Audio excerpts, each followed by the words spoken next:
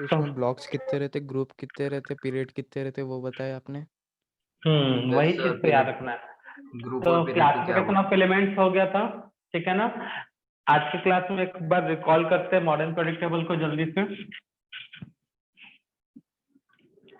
Modern periodic table, इसको हम एक और बोलते हैं long form of periodic table. तो क्या क्या डिस्कस कर चुके हैं इसमें भाई। मॉडर्न पीरियोडिक टेबल किस पे बेस्ड है भाई, ये सबसे पहले ये पता होना चाहिए। Experiment conducted. तो फर्स्ट पॉइंट है मॉडर्न पीरियोडिक टेबल के बारे में, it is based on mostly experiment. Second point है in this table elements are arranged on the basis of atomic number, ठीक है। थर्ड पॉइंट पीरियोडिक लॉ इस table का, या मोस्टली का पीरियोडिक लॉ बोल सकते हो। The physical and chemical properties are periodic function of atomic number of an element. यही था। बाद में से बताया मैं number of group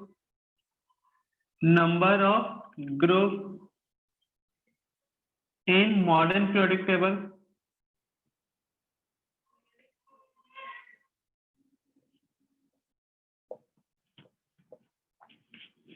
and number of period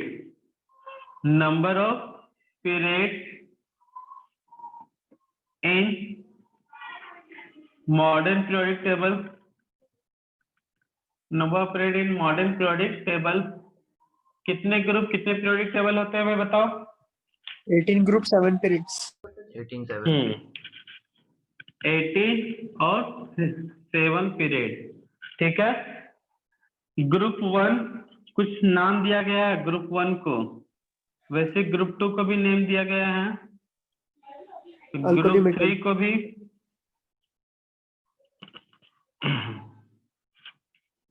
three 1 2 group 2 और 3, 4 and 5।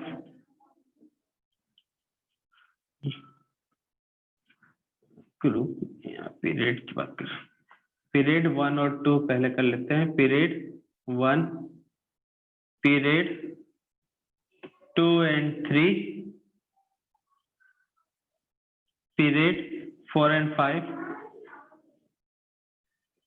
Period 6, period 7। कुछ नाम दिया गया था, बताया गया था, किसी को याद है बच्चा लोग। पहला क्या है, very small period, small period. Second क्या है, Small period। स्मॉल पीरियड, ठीक है ना, या फिर वेरी शॉर्ट, इसको क्या बोलते हैं, शॉर्ट। 4 और 5 को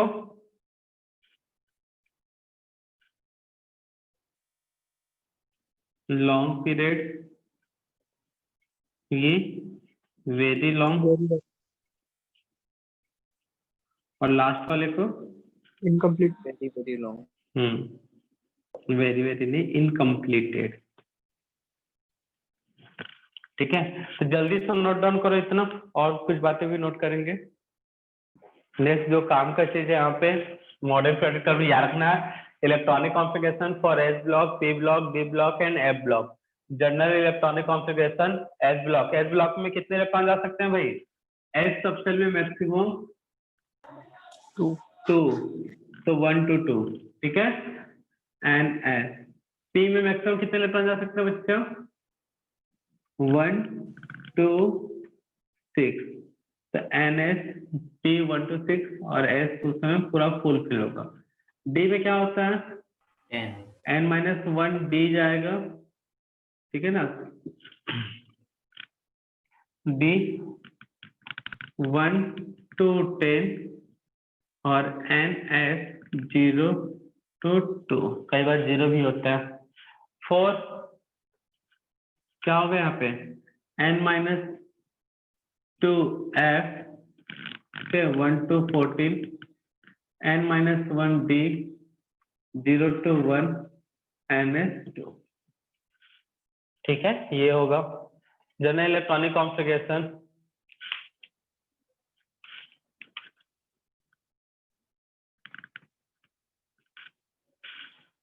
तो ये याद रखना, आगे काम आएगा। पेनल्टीमेट, एंटी पेनल्टीमेट और आउटर सेल, क्लियर है सभी को?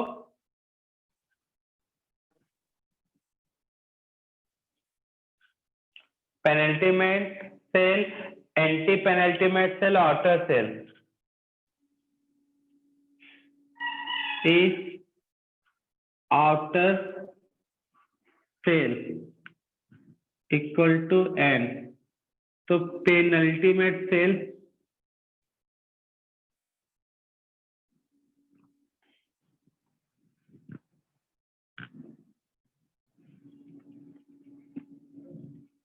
एंटी पेनल्टीमेट सेल,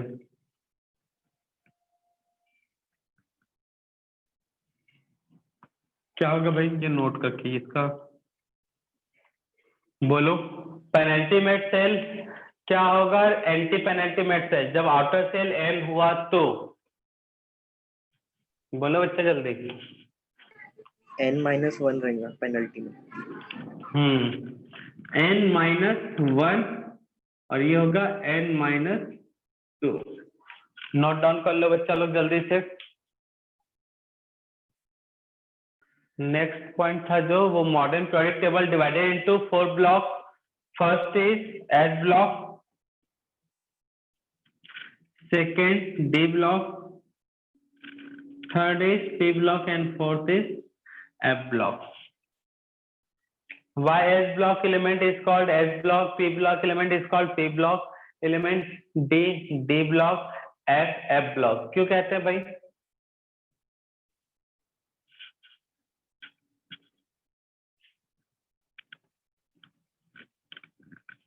बोलो। Number of shell. सर जो लास्ट इलेक्ट्रॉन है वो वही ऑर्बिटल में जाता है उनके नाम से। Very good. तो नेक्स्ट पॉइंट उसी पे बेस्ड है। फिर मेन मुद्दे पे आएंगे जो इस चैप्टर से जिसमें ज्यादा क्वेश्चन बनते हैं। नोट कर लिया सब?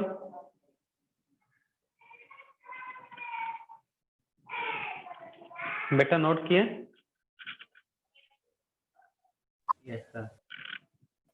Done sir. चलो तो बातें नोट कर लेते हैं, भूल जाते हैं कई लोग। S block element S block क्यों कहते हैं भाई? Last electron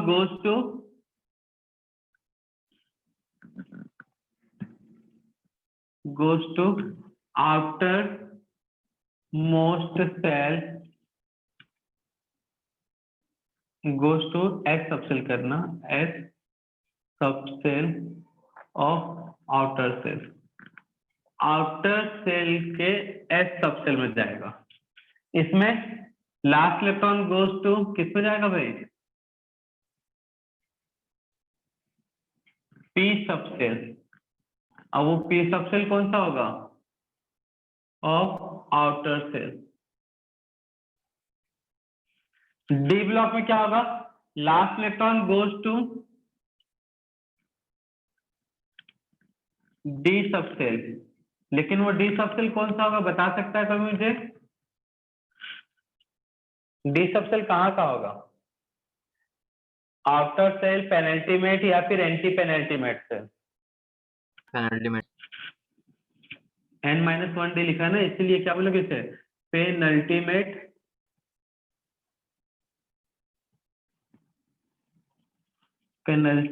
cell.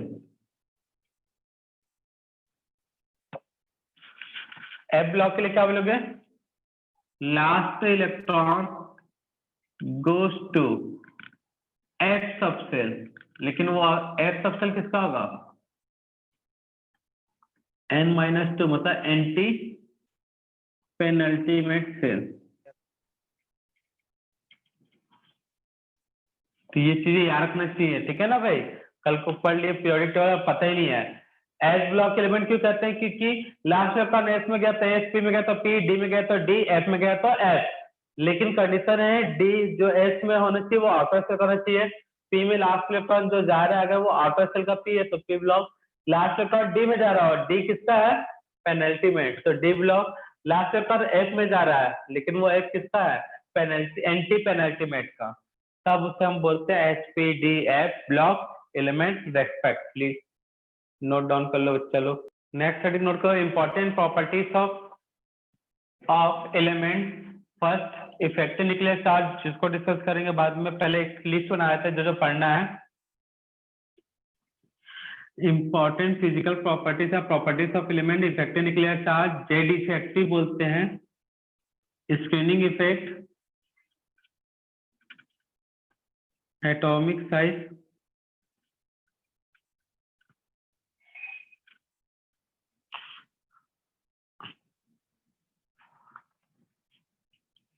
Ionisation,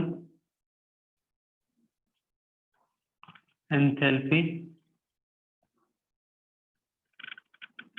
enthalpy के लिए H सिंबल यूज होता है। क्या होता है एंथैल्पी, सब पता चल जाएगा। आयनाइजेशन के लिए IE। इलेक्ट्रॉन गेन एंथैल्पी,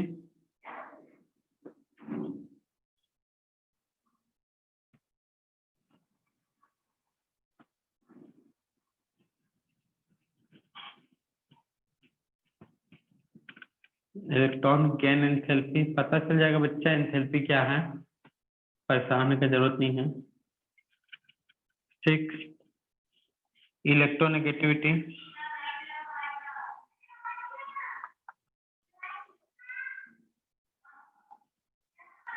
जिसको शॉर्ट में EN से रिप्रेजेंट करते हैं। 7 oxidising and reducing properties, oxidising and reducing properties. 8 metal and non metallic properties, metal and metallic properties, ये सब डिस्कस करने वाले हैं। इनमें जो इंपॉर्टेंट हैं, atomic structure, ionisation enthalpy, gain enthalpy, electronegativity, और ये सब समझने के लिए, ये चारों को समझने के लिए स्टार्टिंग के ये दो आपको अच्छे तरीके से क्लियर होना चाहिए। दो का तो कोई खास यूज नहीं है, बट फर्स्ट और जेड इफेक्टिव जो है इफेक्टिव न्यूक्लियर चार्ज, उसको अच्छे से क्लियर होना चाहिए आपको। तो नोट डाउन कर लो बच्चा लोग। छोटा सा टॉपिक इफेक्टिव न्यूक्लियर चार्ज, और बहुत ही ज्यादा इंपॉर्टेंट है भाई ये टॉपिक।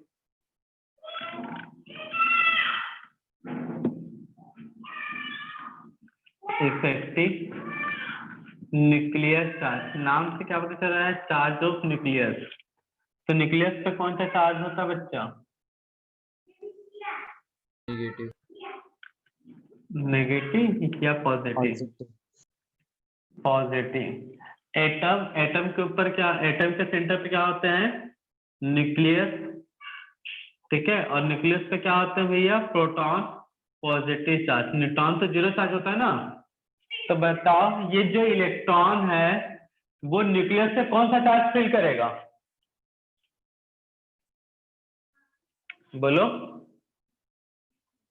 ये जो इलेक्ट्रॉन है न्यूक्लियस से कौन सा चार्ज फिल करेगा? पॉजिटिव।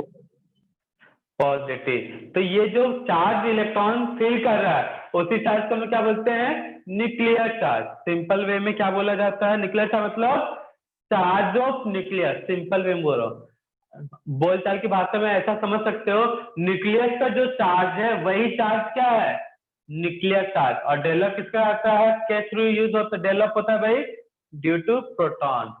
तो नोट करो definition, the charge, it is defined as the charge or attraction force। क्या है भाई, it is defined as a charge या फिर attraction force by an electron। It is defined as a charge or attraction force by an electron of cell। It is defined as a charge or attraction force by electron of cell। Is a charge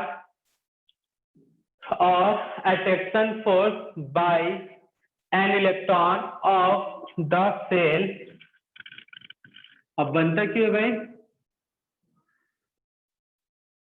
Of the cell, and it is developed by the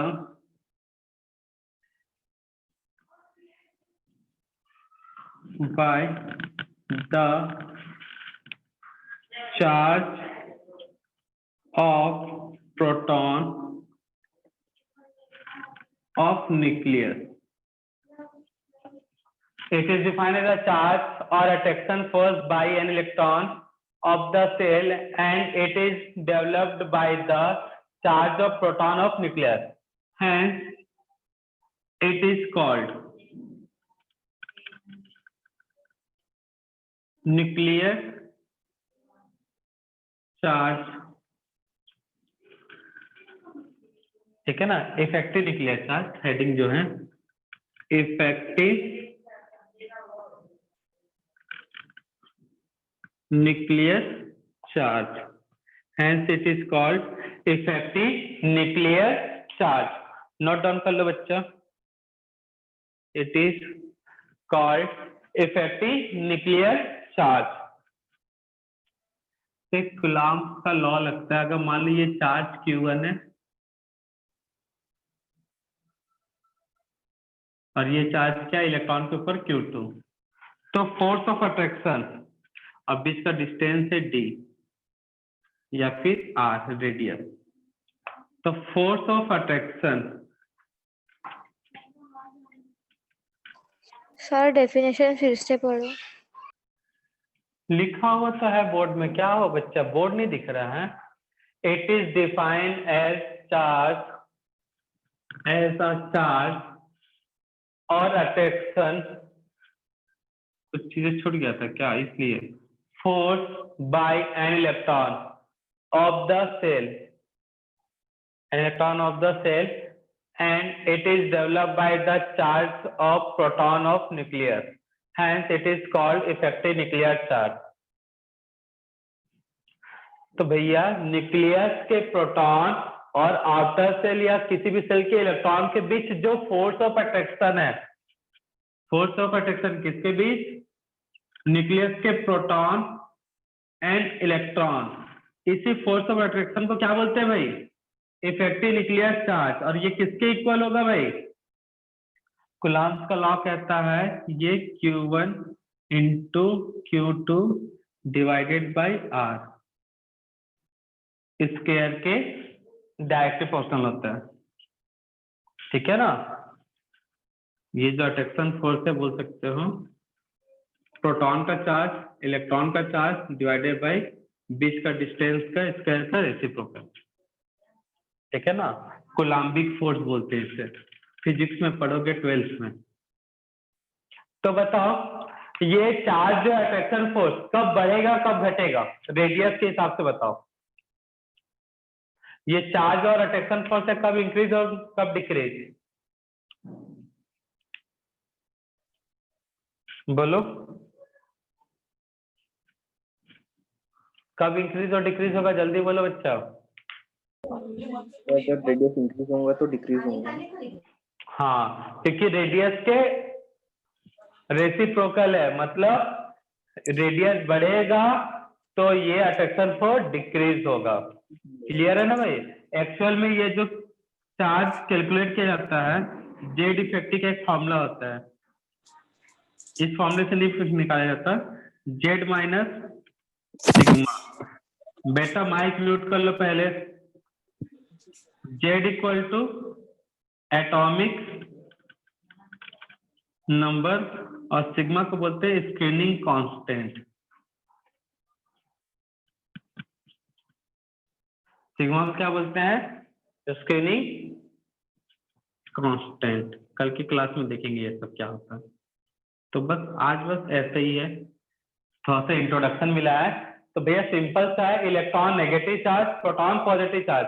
तो electron जो negative charge है proton positive charge एक दूसरे को अपनी ओर खींचेगा कि नहीं खींचेगा? प्रोटॉन पॉजिटिव चार्ज है तो इलेक्ट्रॉन नेगेटिव चार्ज इलेक्ट्रॉन को अपनी ओर खींचेगा. यही जो पुलिंग का फोर्स है या अट्रैक्शन फोर्स है जिसको नाम दिया गया है क्या? Effective nuclear charge. आगे कल डिस्कस करेंगे एकदम डिटेल में इसके लिए। आज बस इतने ही देखते हैं, ठीक है ना बच्चे लोग।